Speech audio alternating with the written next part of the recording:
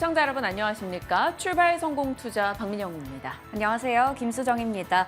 간밤 뉴욕 증시는 일제히 주요 지수가 1% 이상 하락 마감했습니다. 강력한 고용이 확인되면서 연준의 긴축 강화에 대한 우려가 다시 또 불거졌기 때문인데요. 하루 또 종목들이 오르고 나면 하루 또 빠지고 상승의 연속성이 보이지 않습니다. 애플이나 테슬라, 아마존 같은 빅테크주들이 또 빠지면서 나스닥 지수 비롯해서 뉴욕 증시에 부담을 줬는데요. 정말 어려운 장이 전개되고 있는 것 같습니다. 일단 시장 전반으로 봤을 때는 연속성을 띄지 못한다라는 건 개인 투자자들의 대응의 여지가 떨어지고 있다라는 건데 하루 안에서도 굉장히 많은 종목들의 빠른 손바뀜이 나타나고 있어서 정말 어렵게 다가옵니다. 하지만 또 그 안에서 이 해법을 모색하는 게 또 저희의 몫이다 보니까 시장에 대한 다양한 이야기 정리했고요. 그에 따른 전략까지 같이 챙겨가겠습니다.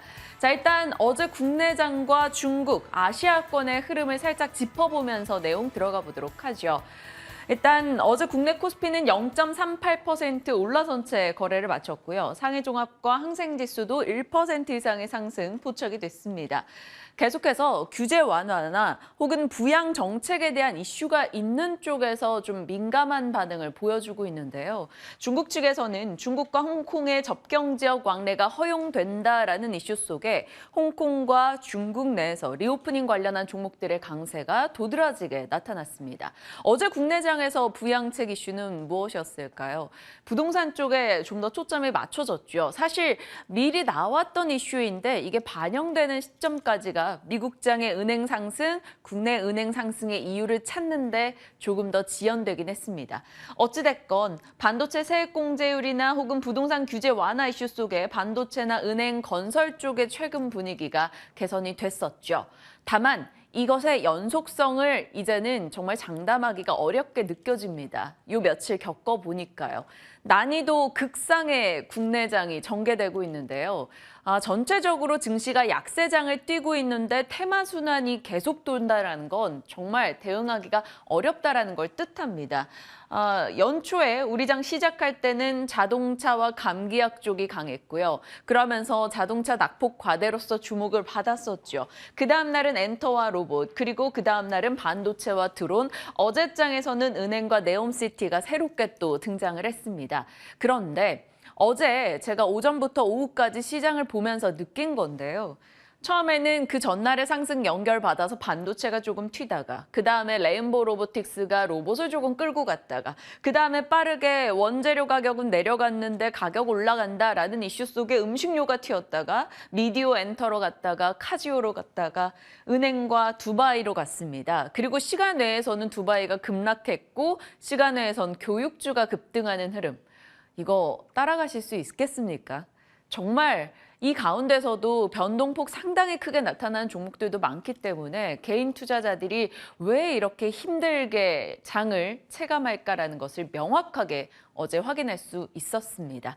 자, 이런 시장의 난이도가 더 올라갈까요? 일단 매파적 발언들이 어제에 이어서 오늘 새벽까지도 계속 쏟아졌습니다. 자, 이번엔 제임스 블라드 세인트루이스 연은 총재인데요. 그가 투표권이 올해 없어졌습니다. 그런데 조금 완화된 목소리를 내놓긴 했습니다만 인플레이션이 높지만 감소하고 있다라고 이야기를 했어요. 하지만 여전히 정책 금리는 충분한 수준은 아니다라고 언급을 했고요. 다만 점점 가까워지고 있다라고는 얘기했습니다. 그리고 GDP 성장이 느려지고 실업률이 상승해야 된다라고 지적했고요. 라파엘 보스틱 애틀랜타 연은 총재도 인플레는 미국 경제가 직면한 가장 큰 역풍이다라며 인플레를 잡고 가겠다라는 의지를 또 드러냈습니다. 에스더 조지 캔자스시티 연은 총재도 긴축이 종료돼도 높은 수준의 금리를 유지하겠다라는 거죠. 매파적 발언 일색이었습니다. 뭐 한 가지 짚어본다면 이 세 사람 모두 다 올해 투표권은 없습니다. 중앙은행의 존재 이유에 대해서 어떤 이가 썼던 기사가 또 화제가 됐는데요. 물가 안정이라는 겁니다.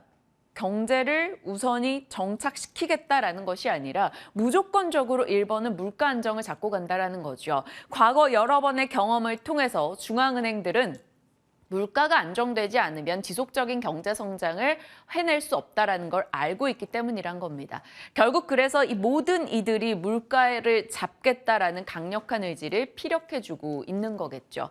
어찌됐건 이들의 물가를 잡는 데 가장 방해가 되는 것은 고용으로 보입니다.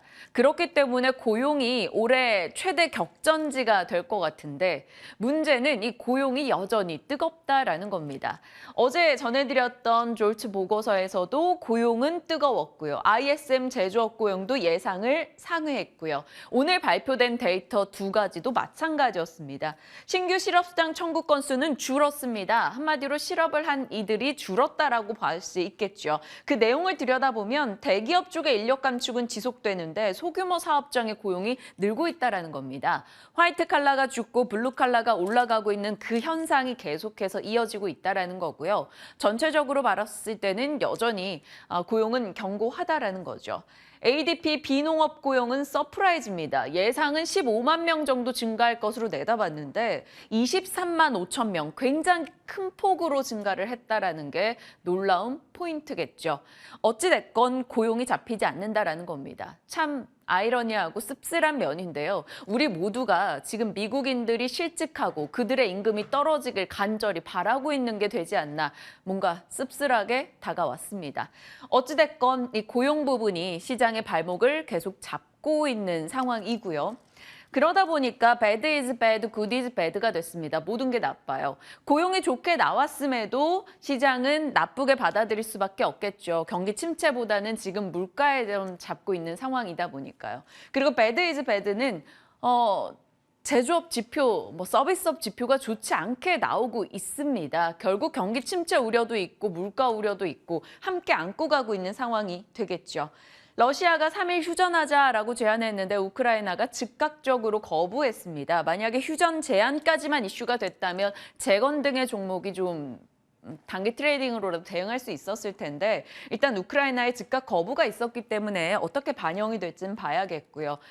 긴축에 대한 불안감이 확대된 걸 느낀 것은 2년물 국채금리가 뛰었다라는 거죠. 통화정책에 좀 더 민감한 2년물이기 때문에 이것의 상승은 시장인 긴축 부담으로 작용이 됩니다.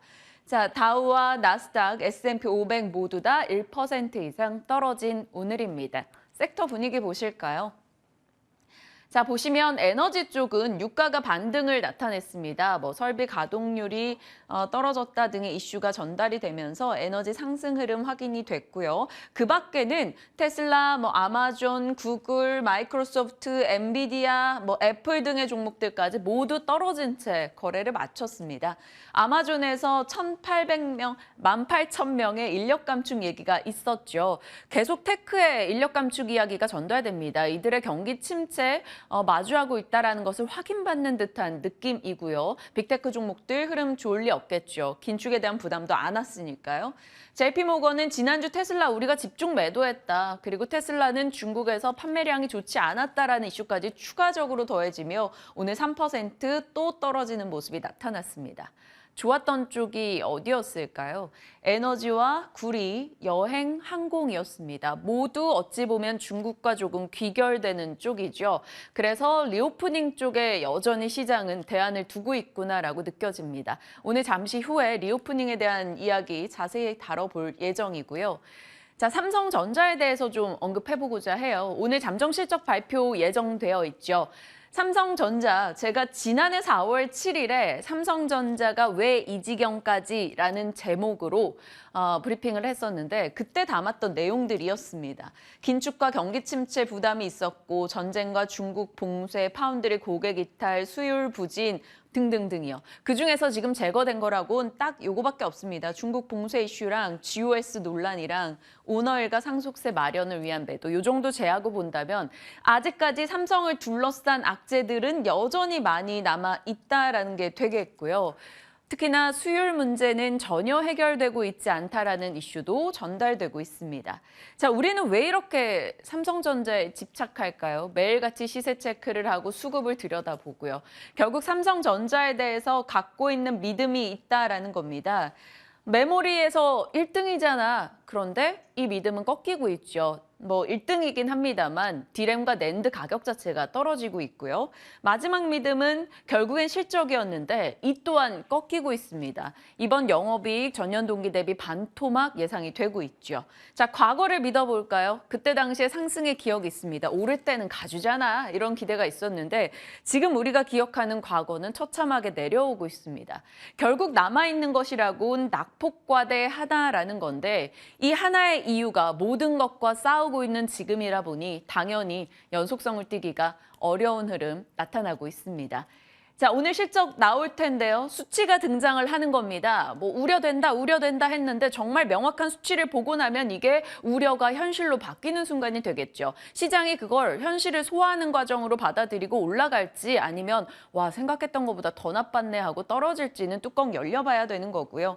일단 이번 영업이익은 6조 원대 예상이 되고 있는데 시장에서는 5조 원대까지 바라보는 곳도 많이 나오고 있습니다. 좀 지켜봐야겠죠. 전년 동기 대비 영업이익 50% 줄어든 수치 예고가 되고 있습니다. 올해 1, 2분기 실적은 15년 만에 처음으로 반도체 부분에 적자가 예상된다라는 얘기도 나오고 있어서 앞으로의 가이던스가 어떻게 나오는지도 중요할 것 같습니다. 삼성을 둘러싼 기대와 악재의 싸움인데요. 악재성 이슈는 또 수율 문제가 거론이 됐네요. TSMC가 5나노 이하에서 고객들을 꽉 잡고 있다는 거고요. 편파적인 것을 조금 감안하더라도 대만 언론이 이런 보도를 냈습니다. TSMC가 3나노 수율이 지금 75에서 80%까지 가는데 삼성은 3나노 수율이 10에서 20%밖에 안 된다라는 겁니다. 편파적인 걸 감안하더라도 4나노 수율 생각한다면 TSMC가 훨씬 더 수율 압도적일 것 같다라는 생각은 듭니다. 이게 잡히지 않는 이상은 파운드리에서는 힘을 낼 수 없다는 것을 우리는 알고 있고요. 그리고 모건 스탠리는 삼성전자 49,000원까지 갈 수 있다라는 정말 뼈아픈 얘기를 꺼내놓기도 했습니다. 자, 반대로 여기에 대적해보고자 하는 것은 반도체 설비 투자 세액공제 해주잖아. 이거랑요. 외국인의 매수가 들어왔고 많이 빠지고 있다라는 겁니다. 그리고 시티증권에서 이야기 내놔서 이틀 전에 시장을 좀 들어 올렸던 내용이 바로 캐펙스 투자 줄일 것이다. 삼성전자가. 이 이슈인데요. 이 또한 어찌 될지는 좀 봐야겠죠. 사실 시장에서는 그게 쉽지 않을 거라고도 보고 있습니다. 왜냐하면 대통령을 필두로 해서 반도체 세액공제율을 올려줬는데 갑자기 삼성이 감산한다 이러는 게 그렇게 달갑진 않지 않겠냐라는 이야기도 등장하네요. 여러 이슈들이 나오고 있습니다. 또 하나 마지막으로 체크해 볼게요. 부품의 탈중국 움직임이 가속화될까 기대감이 등장하고 있는데요. 미국의 PC 업체 델이 중국에서 생산된 반도체 2024년까지 퇴출하겠다라고 밝혔습니다. 그렇다면 다른 곳에서 부품을 조달을 해야 되는 것이고요. 그러면 국내에서 델과 관련된 업체들을 추려봤습니다. 이미지스, 데이터 솔루션, 오픈베이스 등이 거론이 되니까요. 한번 장중 흐름 체크하시면서 살펴보시는 것도 관전 포인트가 될 것 같습니다. 자, 시장과 반도체에 대한 이야기 나눠봤고요. 자, 이제 다음 이슈로 한번 들어가 보죠. 어제 우리 시장에서 투자자들을 정말 들었다 놨다 한 이슈였죠. 네, 맞습니다. 두바이 이슈인데요. 좀 자세하게 체크를 해볼 텐데 먼저 최근에 이 중동에서는 지역 내에서 경제 패권을 가지고 다투는 경쟁이 치열하게 벌어지고 있습니다. 우리가 잘 알고 있는 이 빈살만 사우디 왕세자가 추진하는 비전 2030 프로젝트 636조 원 규모로 굉장히 지난 한 해 우리 국내 증시를 떠들썩하게 만들었습니다. 네옴시티 관련주들 스쳤다 하면 상한가 가는 종목 많았고 급등으로 가는 종목들 정말 많았었죠. 이 메가 프로젝트의 발주가 내년에 본격화될 예정이라고 하는데요.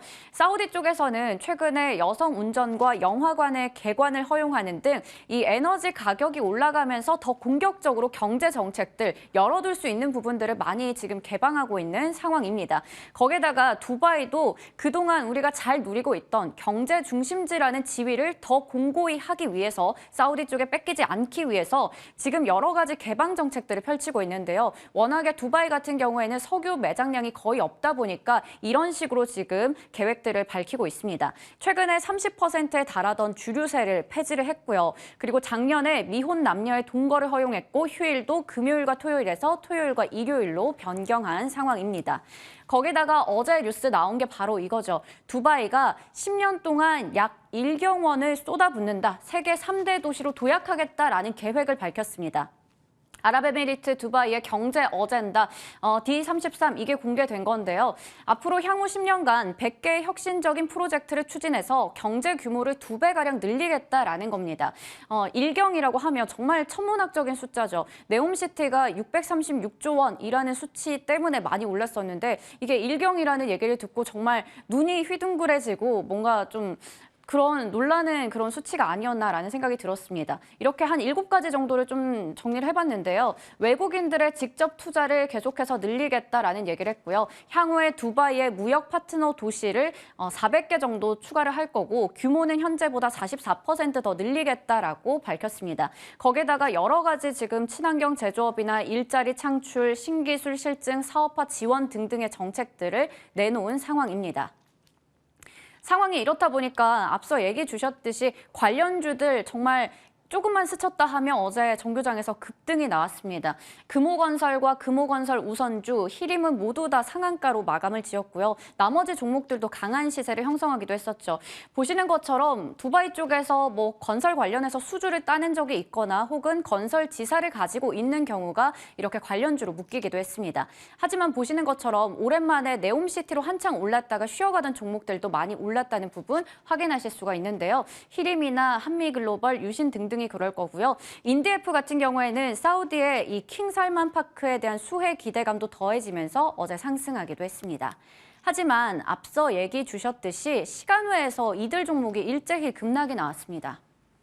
10년간 1경을 투자한다라는 뉴스 때문에 많이 올랐었는데 이게 또 해석에 오해가 있었다라는 얘기도 있었죠. 이게 1경을 투자하는 게 아니라 목표치로 잡은 것이다라는 이야기가 나오면서 일단은 관련주들이 일제히 시간외에서 급락했습니다. 금호건설 7%대로 빠졌고요. 인디에프 6%, 유신 등등의 종목들 모두 다 빠졌습니다. LS전선 아시아가 그나마 1% 정도 최소 낙폭을 기록했습니다. 결국 인프라는 전력기기가 아닌가라는 생각이 들었는데요. 한창 네옴시티 관련주들이 많이 올랐을 때도 건설이나 신재생이나 원전 관련주들 오르다가 전선 쪽 오르다가 나중에는 또 모듈러 쪽으로 많이 이렇게 바뀌는 모습이 나타났는데 전력 인프라 같은 경우에는 확실하게 지금 수치로 증명이 되고 있는 상황이죠. 미국과 중동에서 인프라 투자 확대를 늘리는 데서 수혜를 얻을 수 있고 이 부분들이 실적을 더 높여줄 수 있다라는 기대감 증권가에서도 많이 내고 있습니다. 증권가에서는 2023년에 증시를 주도할 수 있는 업종들을 여러 개를 냈는데요. 그중에서 전력기기 쪽을 꼽기도 했습니다. LS전력에 대해서 키움증권은 목표 주가를 10만 원으로 제시했습니다. LS에 대해서요. 그리고 4분기 실적이 양호하고 전력망 인프라 투자에 대한 수혜를 누릴 수 있다라고 얘기했고요. 해저 케이블의 수주 모멘텀도 강화되고 있다는 부분 긍정적으로 체크했습니다. 현대 일렉트릭 같은 경우에도 주력 제품들이 지금 수주가 확대되고 있다는 부분 긍정적으로 볼 수 있겠습니다. 이번에 이렇게 두바이 이슈를 보니까 사우디 네옴시티와 많이 겹쳐 보였는데요. 일단은 전력기기 관련주 이제 좀 봐야 되지 않을까라는 얘기를 드렸는데 2023년 에너지 인프라 투자가 확대될 것이다라고 작년 11월 16일 브리핑 때 전해드렸고요. 이제 전력기기 인프라 쪽에 대한 긍정적인 시각도 나오는 만큼 지금 이렇게 많이 오르다가 조정이 좀 나왔을 때 접근하는 것은 어떤지 LS전선 아시아, LS 현대 일렉트릭까지 투자 아이디어 받아보도록 하겠습니다. 정말 많은 분들이 뭐 손실이 날 만한 상황에 처했습니다. 그 가운데서도 그럼 네옴이나 뭐 여러 이슈들을 놓고 봤을 때 들여볼 만한 섹터가 어디인가 일단 전력기기 얘기해 주셨고 그에 대한 전략 잠시 후에 챙겨가도록 하죠. 자, 리오프닝 얘기 들어가겠습니다. 지금 시장에서는 온통 리오프닝에 대한 이야기가 들끓고 있습니다. 그로 인해서 상당히 투자 포인트를 긍정적으로 잡아가는 내용도 많이 나오고 있고요. 어제였습니다. 중국 여행 사이트에서 단체 관광 상품 한국행이 떴다라는 이야기가 등장을 했죠. 서울, 남이섬, 38성, 경복궁, 명동, 찜질방까지 해서 4박 5일 일정으로 진행이 되고요. 단체 관광이라고 합니다. 어찌됐건 이 여행 상품 얘기가 나오면서 시장에서는 다시 한번 중국 여행객을 맞이할 기대에 들떠 있습니다. 물론 아직까지 우리는 입국자에 대한 보수적인 입장을 취하고 있지만 있지만 이것이 풀린다면 이런 상품들의 효과를 볼 수 있다라는 게 되겠죠. 자, 그러면 이들이 들어올 때 비행기 타고 와서 카지노도 갔다가 또 화장품도 샀다가 돌아가는 길에 쇼핑 환급을 받겠지라는 논리 등이 등장을 하면서 어제장에 올라간 종목들입니다. 뭐 쇼핑 환급 쪽에선 글로벌 텍스프리 한 4% 가까이 올랐고요. LCC 업체들은 중국 이슈뿐만 아니라 일본, 동남아 등의 여행 관련한 이슈로 또 강하게 최근 시세를 보여준 바가 있었습니다. 어찌됐건 중국의 리오프닝 이야기가 계속적으로 시장엔 힘이 돼주고 있다는 게 되겠죠. 자, 우리가 왜 이것에 대해서 기대를 갖고 있냐면요. 우리도 이걸 겪어봤기 때문입니다. 물론 뭐 인구 규모 사이즈는 정말 다르겠죠. 이게 이 또한 지나가리라 하면서 집단 면역으로 어느 정도 간다라는 걸 알고 있기 때문이죠. 직선으로 가지 않습니다. 저렇게 지그재그를 보이면서 정점을 찍었다 내려왔다, 2차 정점 찍었다 내려왔다, 명절마다 한 번씩 고비를 맞이하죠. 그러나 결국에는 다시 리오프닝이 제대로 될 것이고 그들의 여행은 자유로워질 것이라는 걸 우리가 경험적으로 알고 있습니다. 자, 그래서 중국을 기대하는 걸 거고요. 과거 중국이 어떤 파워를 갖고 있었는지 우린 제일 잘 압니다. 2016년도, 17년도에 700만 명씩 들어와서 물건을 사갔습니다. 당연히 그때 당시에 명동이 난리가 났었고요. 그런 것처럼 우리는 그 정도까지는 아니더라도 이들의 절반의 절반만 와준다 해도 우리 경제에 얼마나 보탬이 될지 알기 때문에 이들 섹터에 민감하게 반응을 보이는 거죠. 자, 상반기는 리오프닝과 통화 완화책으로 인한 소비 쪽에 초점이 맞출 거고요. 하반기는 부동산 정책 등의 기대로 인해서 경기 안정 쪽에 초점이 맞출 겁니다. 라고 말씀을 드렸습니다. 여러 명절을 거쳐서 결국 3, 4, 5월경에는 안정을 찾지 않겠느냐라는 게 시장의 시각이고요. 자, 그럼 리오프닝이 된다라고 하면 우리는 어떤 쪽의 종목들을 봐야 될까요? 뭐 미국 이야기는 제가 그렇게 많이 하진 않습니다만 중국은 소비의 심장이니만큼 미국에서도 오늘 새벽에 리오프닝주가 올라갔었습니다. 결국 오프라인 지출로 나중을 생각한다면 중국과 아시아 매출 비중이 중요하고요. 그쪽 비중이 꽤 높은 업체들을 추려봤습니다. 화장품과 의류, 레스토랑, 결제, 테마파크 등으로 나눠봤으니까 미국 주식에 투자하시는 분들이라면 참고하셔서 살피시고요. 우리에게 중요한 건 또 한국 편이 되겠죠.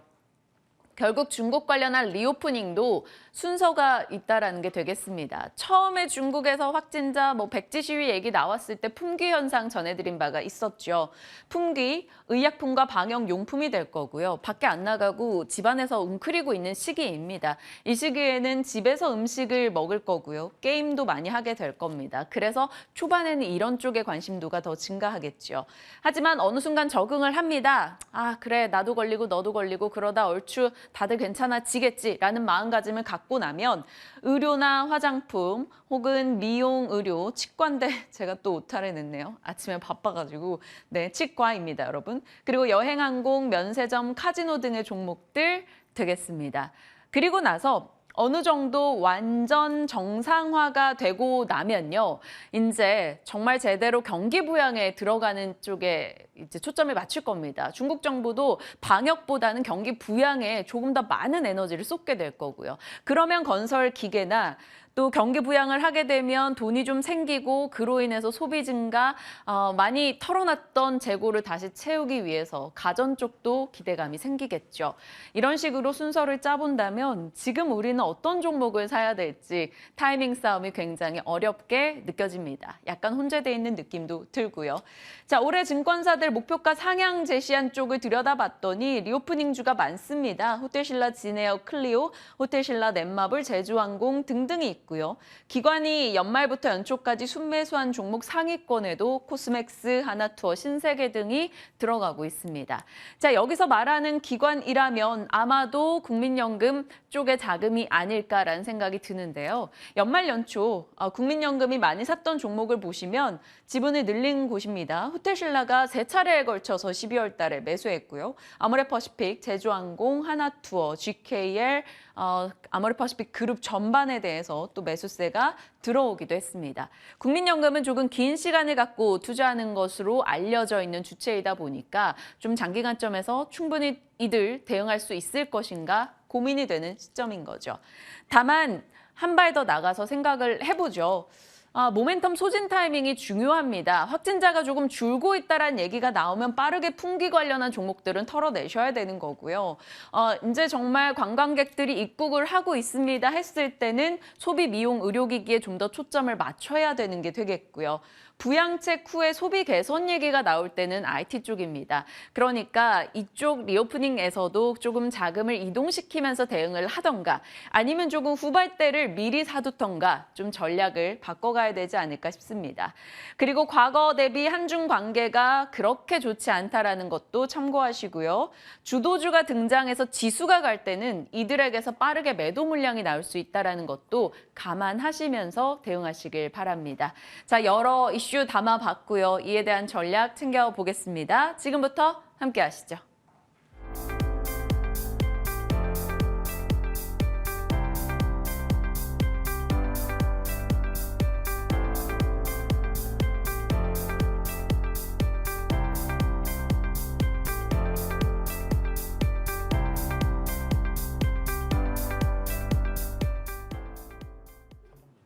네, 시장에 대한 이야기 나눠보겠습니다. 지마쌤 어서 오세요. 네, 안녕하세요. 네, 뉴욕장 3대 지수 모두 내렸습니다. 또다시 투표권도 없는 인사들이 긴축 발언에 쏟아내서 시장의 분위기를 좀 흐렸다라는 느낌도 드는데 사실 이로 인해서 또 빅테크 종목의 흔들림 나타났고요. 우리 장 어떻게 바라봐야 될지 궁금하네요. 네, 사실 이제 매파적인 발언보다는 저는 이제 고용 지표에 좀 집중을 해보고 네. 싶습니다. 사실 저는 고용 지표 오타 난 거로 처음에 확인할 정도로 저도요. 네, 이제 너무 강하게 나왔는데요. 저는 그렇게 생각합니다. 지표에 비해 생각보다 하락률이 적지 않았네. 이렇게 좀 표현을 하고 싶습니다. 사실 이 정도 지표였다면 저는 사실 2%대 하락도 충분히 이제 이야기할 만한 그런 구간이었었는데 왜냐하면 이제 이 어느 정도 꺾여야 될 만한 시점이었는데 꺾이지 않았죠. 이제 이전에 CPI랑 비슷한 모습을 보여주었는데 이 CPI가 꺾일 때 꺾이지 않아서 정말 나스닥과 여러 가지 지수들이 모두 난리가 난 적이 있습니다. 근데 생각보다 덜 빠졌냅니다. 그래서 저는 이제 중간중간에 이제 회복력도 보여주는 것을 봤었을 때 지표에 비해서는 생각보다 견고하다. 그렇기 때문에 일단은 미국만의 문제로 귀결될 수 있을 가능성이 굉장히 크다라는 말씀과 함께 국내 시장의 영향 충분히 시초가에 있을 수도 있다라고 생각을 하고 있지만 현재 구간에서는 더 빠질 자리가 없다라는 말씀을 드리겠고요. 미국도 지금 저점인 구간에서 원래는 이제 보통 강한 반등을 기대를 하고 있으나 여러 가지 지표들이 도와주지 않았기 때문에 상승률이 제한이 됐다라는 그런 코멘트와 함께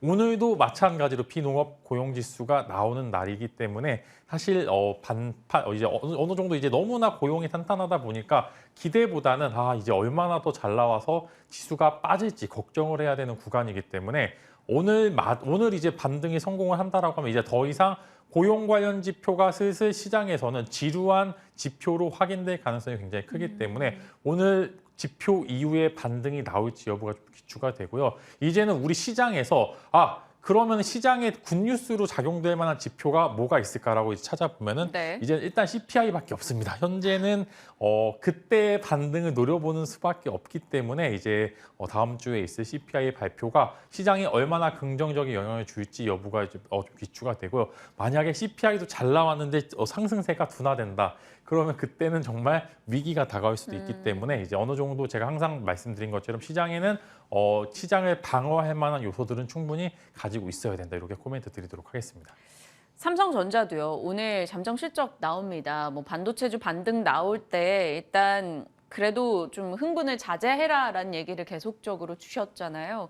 오늘 삼성전자 실적 뚜껑 열어봐야지 대책을 세울 수 있겠습니다만 실적 감안해서 예상치 감안해서 어떤 전략 세우실 거예요? 저는 이제 시장에서 반응이 중요하다고 생각합니다. 이제 하이닉스의 적자, 삼성전자의 영업이익 반토막 이제 몰랐던 이슈는 아니고요. 적어도 이것보다 조금 더 상회하는 모습을 보여준다라고 하면은 시장에서 어떤 반응을 보여줄지 여부가 귀추가 돼. 항상 기존에 있었던 예상 실적보다는 잠정 실적이 항상 조금 더 높게 나왔고요. 잠정 실적보다는 실제 실적이 조금 더 높게 나오는 모습을 보여주고 있고 그 이제 이유는 아무래도 이제 환차 이익에 대한 조금 더 이익이 나와 있기 때문인데요. 시장에서 과연 이런 이슈를 재료 소멸로 받아줄지 혹은 이제 어떤 조금 더 안 좋을 만한 불황에 대한 이슈로 받아들일지 여부는 사실 저도 알 수는 없으나 저는 시장에서 어느 정도 흡수가 될 것 같다라는 생각을 하고 있는 게 일단 삼성전자가 원래는 치킨 게임을 안 하기로 이제 했었는데 조금이나마 이제 감산에 대한 그런 이야기가 최근에 나오고 있는 모습을 보여주었을 때 일단은 겨울은 와서 반도체의 적자의 시간은 왔는데 그 시간을 줄이기 위해서 회사들이 액션을 취하고 있죠. 즉 공급을 줄임으로써 이런 어느 정도 수요를 조금이나마 이제 늘리거나 가격 방어를 하는 그런 액션들을 취하기 때문에 저는 괜찮게 보고 있고요. 실제로 이제 어제였죠. 어제 이제 아마존이 감축을 한다라고 얘기했었고 오늘 시장이 엄청 급변하기 이전에는 아마존은 생각보다 주가가 탄탄했거든요. 즉 시장에서는 이런 기업들의 액션을 괜찮게 봐주고 있다라는 점에서 저는 플러스적인 요인들을 보고 있고 만약에 어차피 이제 장 전에 나오죠. 보통 8시 정도에 나오기 때문에 저는 시장에서 괜찮은 흐름으로 보여줄 것 같고 여기서 더 빠지진 않을 것 같다라는 그런 말씀을 드릴 수 있을 것 같습니다. 외국인들이 최근에 많이 사주고 있다는 게 그나마 위안거리가 되겠습니다. 어찌됐건 시장과 삼성전자에 대해서는 비교적 긍정의 답변을 주셨으니까요. 다음 가겠습니다. 두바이 쪽이요. 두바이 관련한 이슈가 어제 나왔어요. 뭐 일경이라는 엄청 자극적인 얘기 뭐 이렇게 등장을 했는데 어떻게 바라봐야 될까요? 이거 투자를? 네, 사실 네옴시티가 맨 처음에 나왔을 때 비슷했습니다. 그때도 마찬가지로 무슨 몇 조야 말도 안 되는 소리 하고 있어. 그래서 처음에 올랐었을 때보다는 이제 좀 나중에 이제 실제적인 액션이 나왔을 때 주가가 정말 많이 올랐었는데 두바이도 마찬가지입니다. 일단은 처음에는 가설로 나왔고 이 가설이 조금씩 지속적인 이슈가 지속이 된다라고 하면은 직전 고점은 아니겠지만 그래도 중간 정도의 여러 가지 모습들을 보여주지 않을까 싶고 사실 뭐 이제 시간의 거리에서 많이 하락을 하긴 했습니다. 실제로 투자액이 아니라 목표치라는 그런 액션이 있었는데 사실 크게 다를 바는 없다라고 생각을 하고 있어서 만약에 오늘 시초가에 조금 매도세가 강하게 났다라고 하면 한 번 정도 부담 없는 자리라고 말씀을 드렸고 이제 실제로 어제 상한가를 많이 가긴 했지만 직전 고점에 비해서는 그래도 조금이나마 많이 남아 있기 때문에 조금 먹을 자리는 많이 있지 않을까라는 생각으로 많이 밀리게 됐었을 때는 신규 매수를 하시면 좋을 거고 만약 혹여나 어제 조금 높은 자리에서 들어가신 분들도 분명히 있으실 겁니다. 네. 근데 그런 분들은 조심하셔야 되는 게 이런 이제 조금 테마성 이슈인데 테마가 굉장히 자극적이죠. 저는 경단위는 또 처음 보는 것 같은데 굉장히 자극적인 요소의 특징주들은 얼마만 어디서 잡느냐가 사실상 승패에 조금 가늠할 수 있는 요소라고 말씀을 드려서 정말 좋은 재료는 맞으나 이것을 어디서 언제 잡느냐에 따라서 수익률과 손실률의 차이가 있을 수도 있기 때문에 항상 올라가는 종목을 잡지 마시고 재료가 나왔을 때 조금 빠르게 움직이는 모습을 보여줬다라고 하면 충분히 수익이 났었을 만한 그런 섹터라는 코멘트와 함께 저는 다시 이슈가 지속될 가능성이 있기 때문에 혹여나 어제 높게 매수하신 분들은 추가 매수를 준비를 하시면 좋을 것 같고요. 오늘 많이 하락하게 될 경우에 한번 신규 매수도 고려해 보셔도 될 것 같습니다. 여기서 짚고 가야 되는 거예요. 이렇게 급락이 나와서 그러면은 대응해보자 해서 급락에 샀어요. 그러면 그거 오늘 안에 팔아야 되는 거죠? 저는 이게 이슈가 단발적인 이슈가 아닐 거라고 생각을 하고 있고요. 분명히 추가적인 이슈가 나올 것으로 생각합니다. 만약에 국내에서 나온 단독 기사라고 하면은 오늘 파세요라고 할 것 같은데 일단은 최초 보도는 외신 쪽에서 나왔기 때문에 네. 일단은 추가적인 기사가 나오길 기대를 하고 있습니다. 그래서 이렇게 정말로 이제 시장 자체의 테마 형성이 잘 안 되는 구간에서 이런 테마가 조금이나마 지속이 된다라고 하면 돈이 몰리기에는 굉장히 충분한 요소들이 많다. 코멘트 드리겠습니다. 알겠습니다. 일단 자신 있는 분 대응하시고요. 진만쌤의 전략 참고하시길 바랍니다. 이제 리오프닝으로 가겠습니다. 요즘에 할 만한 이야기가 리오프닝밖에 없다라는 생각이 들 만큼요. 리오프닝이 돌고 있는 상황인데요. 지금 시점에 사도 괜찮은 섹터 짧게 답변 주시면요. 네, 저는 미용 쪽으로 한번 눈을 돌려볼 것 미용. 같고요. 네, 이제 보톡스 관련주 한번 이제 관심을 가져보고 있으면 생각보다 뭐 여러 가지 지금 이제 나왔던 요소들은 맨날 리오프닝을 다뤘기 때문에 한 번 정도 다 코멘트를 드렸던 것 같고요. 이제 뭐 의료기기를 넘어서 이제는 톡신 쪽 보톡스 한번 관심을 가져보시면 좋을 거고 보톡스 관련주는 뭐 이제 뭐 휴젤이라든지 뭐 메디톡스 이제 여러 가지 종목들이 있는데 사실 이슈 자체가 조금 신선하지만 그래도 그 안에 악재들은 있습니다. 이제 뭐 여러 가지 소송건이 아직 마무리가 안 된 건 사실이라서 갑작스럽게 나올 급락이 있을 수도 있습니다. 이거는 주의를 하셔야 되고요. 그러나 중국 쪽에서 움직이기 시작한다라고 하면은 분명히 보톡스 관련주들도 한 번 정도 시세를 더 줄 것 같고요. 실제로 이제 관심이 없다 뿐이지 주가의 흐름 자체는 생각보다 지수보다 훨씬 더 탄력적으로 잘 버티고 있는 구간에 있습니다. 그래서 한번 관심 가져보시면 좋을 것 같아요. 특히 제테마 같은 경우에 중국 톡신 임상 이제 3개월 만에 승인이 나서 한 번 정도 중국 향이 묻은 이제 보톡스 관련주로 관심을 가져보시면 좋을 것 같다라는 말씀으로 이제 빨리 톡신 관련주 한번 지켜보자 이렇게 코멘트 드리도록 하겠습니다. 네, 톡신 관련주들 점검하자 얘기 주셨고 GKL 같은 경우는 저희와 이야기하시면서 이미 11월 11일 유망주로 주셨고 20% 정도 수익이 나 있습니다. 이 종목은 보유죠? 네, 보유 더 하셔도 되고요. 지금은 매도하시기보다는 좋은 평단이시면 리오프닝주들은 갖고 가시는 게 좋다라는 말씀 드리겠습니다. 네. 글로벌 텍스프리요. 이게 또 한국에 와서 소비하고 가면서 환급 받고 이러면서 글로벌 텍스프리에 대한 관심도도 싹 올라갔는데 요건 어때요?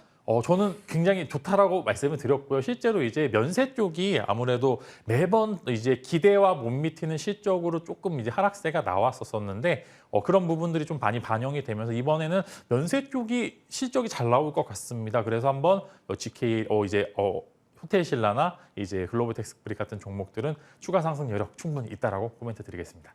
자, 오늘 집만 스픽 짧게 부탁드릴게요. 저 네. 때문에 제가 앞에서 시간을 많이 써가지고. 네, 저는 이제 국민연금이 지분을 최초로 좀 취득한 이제 그런 종목에 한번 관심을 가져보시면 좋을 것 같고 하나투어, 대주전자재료, 첨보 이 세 종목 한번 관심 가져보시면 좋을 것 같고 뭐 하나투어는 이제 리오프닝의 연속성이 있고요. 대주전자재료는 최근에 이제 많은 신규 시설 투자를 통해서 아무래도 이런 어려운 시장에 투자를 한다라는 것은 그만큼 자신이 있다라는 말씀을 이야기를 드리겠고요. 첨보는 뭐 계속적으로 잘 성장하고 있습니다. 워낙 그냥 일정 맞춰서 잘 성장하는 기업이기 때문에 아무래도 연기금을 관심을 가지는 것 같고요. 이제 연기금에 관심을 갖는 이 세 종목 한번 추가 매수든 신규 매수는 충분히 가능한 구간이니까 관심 가져보시면 좋을 것 같습니다. 네.